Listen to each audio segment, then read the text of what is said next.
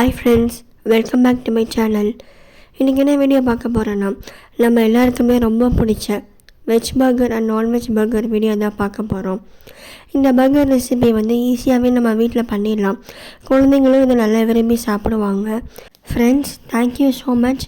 என்னோடய லாஸ்ட் வீடியோவுக்கு ரொம்ப நல்லா சப்போர்ட் பண்ணிங்க. 3000 வியூஸ் மேலே போயிடுச்சு அந்த வீடியோ.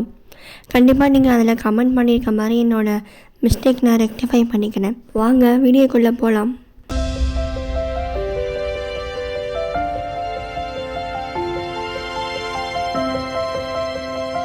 இது பார்த்திங்கன்னா வெஜ் பர்கர் பேட்டிஸ். இந்த ப்ரௌன் கலரில் இருக்க ரெண்டு பார்த்திங்கன்னா பிளாக் பீன்ஸ் பேட்டி அண்ட் அந்த மேலே இருக்க ரெண்டுமே வெஜ் பேட்டிஸ். இந்த பிளாக் பீன்ஸ் பேட்டி பிளாக் பீன்ஸ் நல்லா வேக வச்சு ப்ரௌன் ரைஸ் வேக வச்சு அரைச்சி பண்ணியிருக்காங்க.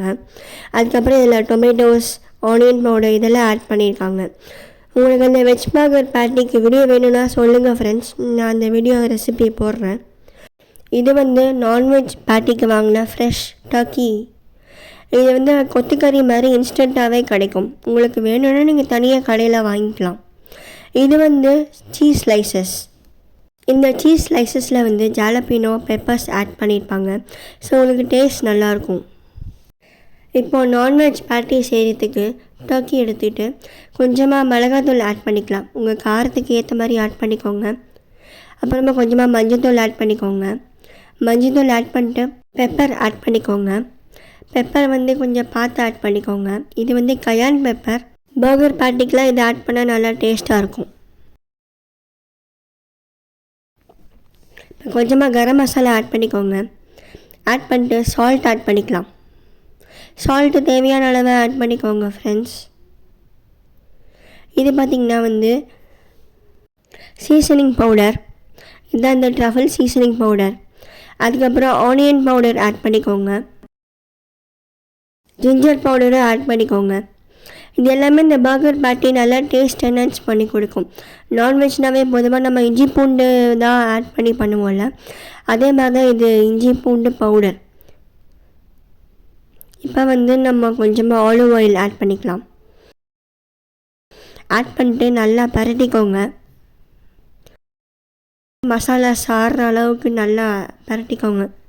இந்த மசாலாலாம் நல்லா உள்ளே சார்ந்தால் தான் நமக்கு நான்வெஜ்க்குன்னே தனி டேஸ்ட் கிடைக்கும். அதே மாதிரி இந்த பேட்டிக்கும் இப்போ ஒரு நல்ல உருண்டையாக எடுத்துக்கிட்டு இப்போ நம்ம ஒரு பிளேட்டில் வச்சுக்கலாம். நான் 3 பேட்டி வர அளவுக்கு வச்சுருக்கேன். நீங்கள் அவனில் பேக் பண்ணுறீங்கன்னா அவன் பிளேட்டில் வச்சுக்கோங்க. இந்த மாதிரி 3 பேட்டி வச்சுக்கலாம். இப்போ நீங்கள் அவனில் பேக் பண்ணணுன்னா 425க்கு ப்ரீஹீட் பண்ணி வச்சுக்கோங்க ஃப்ரெண்ட்ஸ். இது சும்மா நான் காமிக்கிறேன், நான் அவன்லலாம் பேக் பண்ணல ஃப்ரெண்ட்ஸ். இது ஒரு இன்ஸ்டன்ட் மசாலா. பர்கர் பேட்டிக்கு டக்குன்னு வேணுங்கிற அளவுக்கு செஞ்ச ஒரு மசாலா. இதுக்கு கொஞ்சமாக ஃப்ளேவர் இல்லாத ஆயில், அதாவது ஸ்மெல் இல்லாமல் இருக்கும்ல, அந்த ஆயில் ஆட் பண்ணியிருக்கேன். பூண்டு இடித்து போட்டிருக்கேன். சில்லி பவுடர், பச்சை மிளகா, சீரகத்தூள், அதுக்கப்புறம் மல்லித்தூள், தேவையான உப்பு, லெமன் ஜூஸ் இதெல்லாம் ஆட் பண்ணியிருக்கேன். கொஞ்சமாக சுகரும் ஆட் பண்ணிக்கோங்க, ஏன்னா சுகர் கொஞ்சம் டேஸ்ட்டை என்ஹான்ஸ் பண்ணி கொடுக்கும். இந்த மசாலா பண்ணும்போது நம்ம தண்ணி கொஞ்சம் ஆட் பண்ணிட்டு வறுத்தோன்னா இந்த மசாலா பிடிக்காமல் இருக்கும். ஸோ நம்ம பேனில் வச்சு பர்கர் பேட்டி ஃப்ரை பண்ணும் போது ஈஸியாக இருக்கும். எல்லா பக்கமும் நல்லா வேகணும், அப்போ தான் இது பர்கர் சாப்பிட நல்லாயிருக்கும். இந்த மாதிரி நல்லா பரட்டிக்கோங்க. இது இந்த பிளாக் பீன்ஸ் பேட்டி 4 இருக்குது, அதனால் தனித்தனியாக வறுத்துக்கோங்க ஃப்ரெண்ட்ஸ். இப்போ நல்லா ஒரு 5 மினிட்ஸ்லேயே எல்லா பக்கமும் மசாலா சார்ந்து இந்த பேட்டி நல்லா வருது. இதிலே நீங்கள் அந்த நான்வெஜ் பேட்டியும் பண்ணலாம், அதுக்கும் சேர்த்து தான் இந்த மசாலா பண்ணியிருக்கேன் ஃப்ரெண்ட்ஸ். இந்த மாதிரி நல்லா வேக வச்சு பண்ணிக்கோங்க.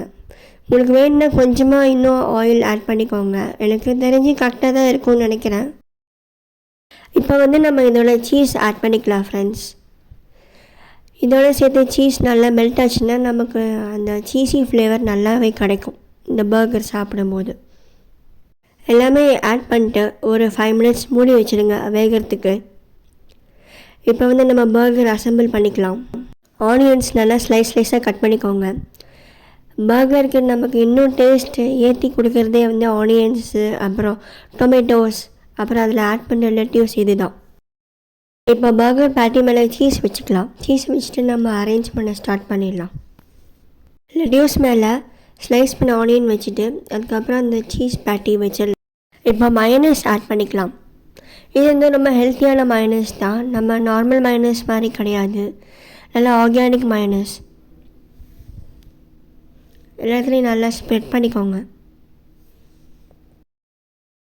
இப்போ அது மேலே டொமேட்டோஸ் ஆட் பண்ணிட்டு அதுக்கப்புறம் திருப்பி நம்ம லெட்யூஸ் மேலே வச்சுக்கலாம். இந்த மாதிரி நம்ம வெஜ் பர்கர் செட் பண்ணியாச்சு. இப்போ நான்வெஜ் பேட்டி வந்து இதில் போட்டு நல்லா வறுத்துக்கலாம். இது வேக கொஞ்சம் டைம் ஆகும். ஏன்னா வெஜ் பேட்டி வந்து இன்ஸ்டண்ட்டாக இருக்கிறதுனால கொஞ்சம் ஈஸியாக வெந்துடும். இது வேக டைம் ஆகும்.